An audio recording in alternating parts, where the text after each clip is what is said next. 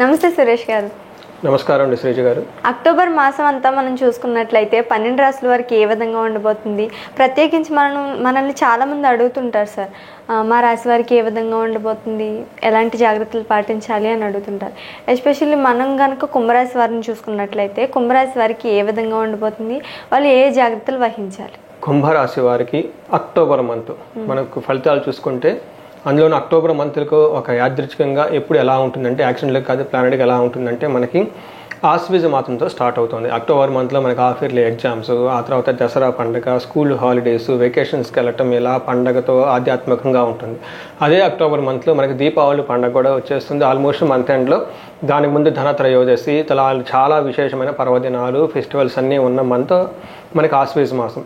అదే మంత్ కోయిన్సిడెన్స్గా మనకి October month బిగినింగ్లో వస్తుంది. సో ఎంత పర్వదినాలు ఉన్నా, ఎంత ఆధ్యాత్మికత కూడుకున్న ఈ ఆశ్వీజ మాసము లేదంటే అక్టోబర్ మంత్ కుంభరాశి వారికి ఎలా ఉందో మనం చూద్దాం. కుంభరాశి కనుక మనం చూసుకుంటే వీళ్ళకి ధనిష్ట 3-4 పాదాలు, శతభిషం 1, 2, 3, 4 పాదాలు, పూర్వభాద్ర 1, 2, 3 పాదాలు కలిగిన వాళ్ళంతా మనం కుంభరాశి అని చెప్పుకుంటాం. అదే పేరు బలం కనుక చూసుకుంటే వీళ్ళకి గు, గే, గో, సా, సి, సు, సే, సో, ద ఈ అక్షరాలు మోరార్లెస్ ఈ సౌండ్తో ఉన్న పేర్లంతా కూడా మనకి కుంభరాశి కింద వస్తారని మనం చెప్పుకోవాలి. వీళ్ళు కనుక మనకి చూసుకుంటే పాండిత్యం బాగా తెలిసి ఉంటుందంట, విద్యాబుద్ధులు చాలా చక్కగా తెలిసి ఉంటా వాళ్ళు. వీళ్ళు ఎక్కడ ఉన్నా కానీ అక్కడ అదృష్టం కలిసి వస్తుందని మనం చెప్పుకోవాలి. కుంభరాశి వాళ్ళు అందరికీ తలలో 4 లాగా ఉండి మంచి మనుషులని మనం చెప్పుకోవాలి. ఇలాంటి వాళ్ళు కనుక గోచారం ప్రకారం ఈ మంత్లో ఎలా ఉందో చూద్దాం. దానికి ముందు గోచారంలో 17th సూర్యుడు మారుతూ ఉన్నాడండి. శుక్రుడు వచ్చేటప్పటికి 13వ తారీఖున వృశ్చిక రాశులకి, కుజుడు వచ్చేటప్పటికి మనకి కర్కాటక రాశిలో వీళ్ళకి చలనం ఉందండి, సంచారం ఉంది. ఈ గ్రహస్థితిని బట్టి కనుక మనం వీళ్ళకి చూసుకుంటే ఎలా ఉంటుందంటే సూక్ష్మ గోచారం ప్రకారం చూసుకుంటే ఫస్ట్ 15 days వీళ్ళకి ఎఫ్లిక్షన్ అంటే పీడ, ఏదో తెలవని బాధలు తిరిగే అవకాశం ఎక్కువగా ఉండి ధనం నష్టం వచ్చే అవకాశం ఎక్కువగా ఉంది. తర్వాత స్త్రీ సుఖం కూడా అంత ఎక్కువగా ఉంటుంది. అంటే ఓవరాల్గా ఫస్ట్ 17 days వీళ్ళకి అంత అనుకూలంగా లేదు అని మనం చెప్పుకోవాలన్నమాట. తర్వాత కనుక మనం చూసుకుంటే వీళ్ళకి అర్ధనాశం, ధనం కోల్పోయే అవకాశం ఎక్కువగా ఉంది, విఘ్నాలు ఎక్కువ కలిగే అవకాశం ఎక్కువగా ఉంది, కలహం వచ్చే ఎక్కువగా ఉంది. వీళ్ళు చుట్టూ ఉన్న పీపుల్ అంతా వీళ్ళని ద్వేషించే వాతావరణం ఎక్కువగా ఉంది. అందుకని చెప్పేసి కుంభరాశి వారికి సూక్ష్మ గోచారం ప్రకారం అంత అనుకూలంగా లేదు, జాగ్రత్తగా ఉండాలని చెప్పేసి మనకి సూచిస్తూ ఉంది. కొంచెం డీటెయిల్గా కనుక చూసుకుంటే సూర్యుడు వీళ్ళకి వచ్చేటప్పటికి 17th తామరమూర్తిగా 9th హౌస్లో వెళ్ళటం వల్ల, 2nd హౌస్ని దృష్టి ఉండటం వల్ల ఇది ఒక మంచి కాంబినేషన్ కాదు. కాబట్టి సూర్యుడి విషయంలో వీళ్ళు కొంచెం జాగ్రత్తగా ఉండాలి. ఏ విషయాల్లో బాగుండదంటే చేసిన పుణ్యం పోతుంది. ఇప్పటిదాకా వాళ్ళు ఏదైనా మంచి పని చేసి ఒక గుర్తింపు వస్తుంది అనుకున్న టైంలో అదేదో చెడిపోయి ఇలా చెడిపోయేది వస్తుంది. మనోవిచారం, దానివల్ల విచారంగా ఫీల్ అయిపోతారు, ధనం కూడా కోల్పోతారు, విచారం కలుగుతుంది, అపాయాలు ఎక్కువగా ఉంటాయి, పెద్దలతో విరోధము అవమానాలు కలుగుతుంటుంది. తర్వాత హైయర్ అఫీషియల్స్తో గొడవలు పడే అవకాశం ఎక్కువగా ఉంది. కాబట్టి జాగ్రత్తగా ఉండాలి. అదే వీళ్ళు 2nd హౌస్లో ఉండటం వల్ల ఏమవుతుందంటే కొంచెం బెనిఫిట్ జరిగే అవకాశం ఎక్కువ ఉంది. కొంచెం అంటే వీళ్ళకి మిక్స్డ్ రిజల్ట్ ఉందని మనం చెప్పుకోవాలన్నమాట. ఏ విధంగా బెనిఫిట్ అంటే నిత్య సంతోషంగా ఉంటారు, బంధుమిత్రులతో కలుస్తూ ఉంటారు, ధనలాభం ఉంటుంది, సంతాన సౌఖ్యం ఉంటుంది, ఇష్టమైన కోరికలు నెరవేరుతాయి, స్థాన లాభం, ఇక్కడ నుంచి బెటర్ పొజిషన్కి వెళ్ళే అవకాశం ఎక్కువగా ఉంది, శత్రులపై విజయం సాధిస్తారు, సుఖం ఉంటుంది, ధైర్యం ఉంటుంది, ఉద్యోగంలో అభివృద్ధి ఉంటుంది. టోటల్గా సూర్యుడు వచ్చేటప్పటికి కొన్ని విషయాల్లో బాగుండదు, కొన్ని విషయాల్లో బాగుందని మనం చెప్పుకోవాలన్నమాట. మిక్స్డ్ రిజల్ట్ అని చెప్పుకోవాలి. అదే మనకి కుజుడి కనుక చూసుకుంటే వీళ్ళకి కుజుడు కొంచెం బాగా ఇబ్బంది పెట్టే స్టేజ్లో ఉన్నాడు. ఇది కూడాను వీళ్ళకి 20th నుంచి మంత్ ఎండ్ వరకు, అక్టోబర్ మంత్ ఎండ్ గమనించుకుంటే చాలా జాగ్రత్తగా ఉండాల్సిన టైం. ఎందుకంటే కుజుడు క్రూర గ్రహి కాబట్టి కొంచెం క్రూరంగా వీళ్ళని ఇబ్బంది పెట్టే అవకాశంగా ఉంది. ఏ విషయంలో జాగ్రత్తగా ఉండాలంటే దేహ జాడ్యం, శరీరకంలో రోగం వచ్చే అవకాశం ఎక్కువగా ఉంది. కాలతిక్రమేణ భోజనం, టయానికి భోజనం చేయకుండా చాలా వేస్ట్ ఫుడ్, జంక్ ఫుడ్ తినే అవకాశం ఎక్కువగా ఉంది. అశాంతి, కోపము, పుత్రులతో విరోధం కలిగే అవకాశం ఎక్కువగా ఉంది. కాబట్టి జాగ్రత్తగా ఉండాలి. అంతేకాకుండా 8th హౌస్లో ఉండటం వల్ల విపరీతమైన దగ్గు వచ్చే అవకాశం ఎక్కువ ఉంది. స్థాన నాశనం, అప్పుల వల్ల వీళ్ళకి ఇబ్బందులు పడే అవకాశం ఎక్కువగా ఉంది. ధన నష్టం చూపిస్తుంది, దాన్ని కళ్ళ చూసే అవకాశం కూడా వీళ్ళకి కనిపిస్తూ ఉంది. కాబట్టి ఈ విధంగా వీళ్ళు కొంచెం జాగ్రత్తగా ఉండాలి. నెక్స్ట్ అంతేకాకుండా వీళ్ళకి 12th హౌస్లో ఉండటం వల్ల బంధువు ద్వేషం, వీళ్ళకి ఎవరైనా బంధువులు ఉంటే వాళ్ళు వీళ్ళని ద్వేషిస్తూ ఉంటారు, ధనం కోల్పోతూ ఉంటారు, శరీరానికి పీడ, తర్వాత స్త్రీలతో వివాదాలు, పలుకుబడి దక్కటం ఇవంటి. అందుకని లేడీస్ విషయంలో చాలా జాగ్రత్తగా ఉండాలి. ఏదైనా వ్యవహారం వచ్చినా కానీ కొంచెం స్మార్ట్గా హ్యాండిల్ చేయటం, లేదంటే వ్యవహారాన్ని కొంచెం పోస్ట్పోన్ చేసుకుంటే కనుక ఆ 10 days వీళ్ళకి బాగుంటుందని చెప్పుకోవాలన్నమాట. శుక్రుడు వచ్చేటప్పటికి శుక్రుడు కూడా అగైన్ వీళ్ళకి మిక్స్డ్ రిజల్ట్ ఇస్తున్నారని చెప్పుకోవాలన్నమాట. కొన్ని విషయాల్లో బాగుంది, కొన్ని విషయాల్లో బాగలేదు. ఏ విషయంలో బాగుందంటే పెద్దవాళ్లతో భక్తి శ్రద్ధలతో ఉంటారని మనం చెప్పుకోవాలి. తర్వాత ఇంట్లో పండగలు అవన్నీ చక్కగా చేసుకుంటారు, అనుకున్న పనులన్నీ సాధించుకుంటారు, మిత్రులతోటి అందరితో చక్కగా ఉంటారు, పెద్దల యందు గౌరవ మర్యాదలు కలిగి వాళ్ళ ఆశీర్వాదంతో అనుకున్న పనులన్నీ చేసుకుంటారు. అదేవిధంగా ఇలా కనుక చూసుకుంటే వీళ్ళకి ఉద్యోగంలో కొంచెం స్త్రీల ద్వారా ప్రాబ్లమ్స్ వచ్చే అవకాశం ఎక్కువగా ఉంది, తగాదాలు అపజయం కలిగే అవకాశం ఎక్కువగా ఉంది. బట్ ఓవరాల్గా మిత్రలాభం ఉద్యోగ లాభం ఉందని చెప్పుకోవాలన్నమాట. అదే 3rd హౌస్లో ఉండటం వల్ల 4th హౌస్లో వాళ్ళకి దృష్టి ఉండటం వల్ల ఏమవుతుందంటే శత్రువులు ఎక్కువగా పెరిగే అవకాశం ఎక్కువగా ఉంది. కొన్నిసార్లు అంటే డే టు డే లైఫ్కి ఇబ్బందికి ఆటంకం కలిగే అవకాశం ఎక్కువగా ఉంది. కాబట్టి ఓవరాల్గా చూసుకుంటే గౌరవ అభివృద్ధి, ఒక మాట చెబితే మాట చలామణి అవుతుంది, తర్వాత గౌరవము ధనలాభము అవన్నీ వస్తున్నాయని చెప్పుకోవాలన్నమాట. 4th హౌస్లో కూడా వీళ్ళకి దృష్టి ఉండటం వల్ల వీళ్ళకి ఏమవుతుందంటే స్త్రీలతో మాట్లాడటానికి ఆసక్తి చూపిస్తారు. తర్వాత పుత్ర మిత్ర కళాద్రి బంధువులతో సంతోషంగా ఉంటారు. అంటే ఫ్రెండ్స్తో కానివ్వండి, పుత్రులతో కానివ్వండి, ఇంట్లో వాళ్ళందరితో చక్కగా ఉంటారు, వినోదాలు ఇష్టగోష్ఠులు కలిపి ఉంటారని చెప్పుకోవాలి. ఈ ప్రకారంగా చూసుకుంటే వీళ్ళకి మనకి కుంభరాశి వాళ్ళకి మనకి కుజుడు సరిగ్గా మంచి రిజల్ట్ ఇవ్వట్లేదు, మిగతా వాళ్ళని తీసేసి వీళ్ళకి ఒక 60-40% బాగుంది, ఆల్మోస్ట్ ఒక 70% కొన్ని విషయాల్లో బాగుంది, ఒక 40% కొన్ని విషయాల్లో బాగలేదని మనం చెప్పుకోవాలన్నమాట.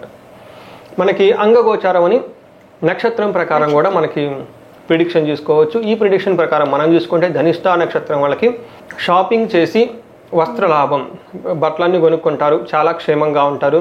ఈ మంత్ అంతా ఇల్లు పండగల్లోనూ పర్వదినాల్లోనూ తర్వాత పార్టిసిపేట్ చేస్తూ చాలా ఆహ్లాదకరంగా ఉంటారు. తర్వాత 2 ప్రాబ్లమ్స్ ఏంటంటే వీళ్ళకి ధనహీనత, టయానికి ధనం మనకి ఇబ్బంది పడుతూ ఉంటారు. కానీ హెల్త్ విషయంలో కొంచెం కాంప్లికేటెడ్, ఏదో ఒక విషయంలో వీళ్ళకి హెల్త్ ప్రాబ్లం అయ్యి శారీరకంగా బాధ పెట్టే అవకాశం ఎక్కువగా ఉంది. అదే శతభిష నక్షత్రం వాళ్ళకి కనుక చూసుకుంటే వీళ్ళకి వస్త్రలాభం ఖచ్చితంగా 100% షాపింగ్ చేసేస్తారు, బట్టలు కొత్తవి తీసుకుంటారు, పరవశం చక్కగా మంత్ అంతా హ్యాపీగా ఉంటారు. తర్వాత వీళ్ళకి ధనహీనత, రావాల్సిన ధనం రాకుండా ఇబ్బంది పడిపోతారు, వీళ్ళకి రావాల్సిన డబ్బులు టయానికి రాక తదనుగుణంగా ఫైనాన్షియల్గా క్రైసిస్లో పడే అవకాశం ఎక్కువగా ఉంది. కాబట్టి వీళ్ళు ఆ మంత్ని సరిగ్గా ప్లాన్ చేసుకోవాలి.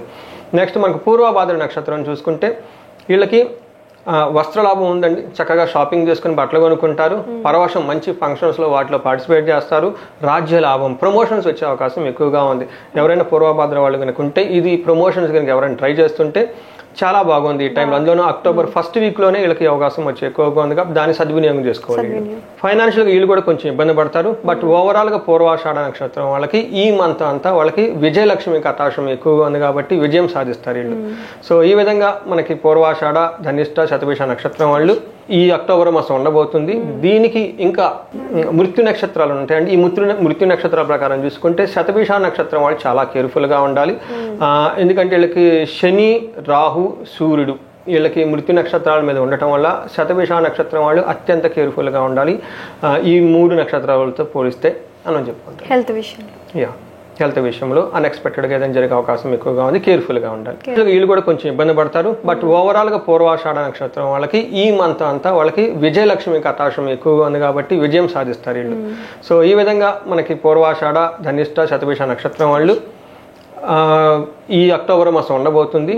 దీనికి ఇంకా వీళ్ళు నవరాత్రుల్లో చక్కగా ఆధ్యాత్మికంగా గడపగలిగితే ఈ మంత్ అంతా, ఈ మంతే కాకుండా సంవత్సరం అంతా కానీ వాళ్ళకి అమ్మవారికి విజయం కలిగించాలని, అష్టైశ్వర్యాలు కలిగించాలని, భోగభాగ్యాలు కలిగించాలని కోరుకుందామండి. మనం ఈ రాశి గురించి చెప్పుకుందాం సార్. ఇందులో హెల్త్ విషయం గురించి కావచ్చు, ఇండివిజువల్గా ఏదైనా వాళ్ళకి ప్రాబ్లమ్స్ ఉన్నా, జాతక రీత్యా కావచ్చు, ఆర్థిక పరమైన సమస్యలు కావచ్చు, మ్యారేజ్ కావచ్చు, ఉద్యోగం కావచ్చు, ఇవన్నిటిలో కొంచెం మిమ్మల్ని కన్సల్ట్ అవ్వాలన్నా, మిమ్మల్ని రీచ్ అవ్వాలన్నా ఎలా అవ్వాలంటారు? వెరీ గుడ్ క్వశ్చన్ అండి. కొంతమంది ఫోన్లు చేసి కనుక్కోవాలనుకుంటే, ఎందుకంటే ఇది గోచారం వచ్చేటప్పటికి హయ్యర్ లెవెల్లో ఉంటుంది, ఇండివిజువల్గా వాళ్ళ జాతకం డిఫరెంట్గా ఉంటుంది, దశాభుక్తిని బట్టి, అష్టక వర్గాన్ని బట్టి రిజల్ట్స్లో వేరీ ఉంటుంది, మన చేంజెస్ ఉంటుంది. అలాంటి వాళ్ళు ఇంకా క్లీన్గా తెలుసుకోవాలనుకుంటే స్క్రీన్ మీద కనిపిస్తున్న నెంబర్ ద్వారా మనకు ఒకవేళ మీ అపాయింట్మెంట్ కావాలన్నా కూడా సో ఈ స్క్రీన్ మీద ద్వారా నెంబర్ ద్వారా మనకు కనెక్ట్ అయితే వాళ్ళకి అపాయింట్మెంట్ ఇవ్వచ్చు. సో ఇంకొక నేనేమంటానంటే ప్రతి ఇంట్లో ఒక వేదిక ఆస్ట్రాలజర్ ఉండాలి. సో ఆ ఇంట్లో శోకం అనేది ఉండదని చెప్పేసి మనకి శాస్త్రాల్లో చెప్పబడ్డాయి అనమాట. బృహత్ సంహిత అని అందులో గ్రంథాలు అలా చెప్పారన్నమాట. అందుకని పూర్వకాలంలో ప్రతి ఇంట్లో ఉండేవాళ్ళు ఈ రోజు ఇది ఏంటి, ఈ రోజు నక్షత్రం ఏంటి, ఎవరేం చేయాలి, వాళ్ళు ఏళ్ల మీద క్యాలిక్యులేషన్ చేసుకొని ముందుగా ప్లానెడ్గా అన్ని చేసేసుకునేవాళ్ళు. ఏ పూజలు చేయాలి, ఏ హోమాలు చేయాలి పెద్దవాళ్ళు అప్పుడు ఇంట్లో ఉండాలన్నమాట. అందుకని చెప్పేసి ఈ జనరేషన్లో గ్యాప్ వచ్చింది కాబట్టి ఎవరైనా సరే మన వాళ్ళు ఎవరైనా కనుక నేర్చుకోవాలనుకుంటే మన ద్వారా వాళ్ళకి చక్కగా ఆథెంటిక్ అనే మహర్షులు చిన్న జ్ఞానాన్ని వాళ్ళకి అందించవచ్చు. కోర్స్ కావాలనుకుంటే కనుక ఈ నెంబర్కి కాల్ చేస్తే మనం వాళ్ళకి అట్లీస్ట్ ఒక బేసిక్ కోర్స్ ఒక 15 days 20 days కోర్స్ ఇస్తే వాళ్ళకి అర్థమవుతుంది.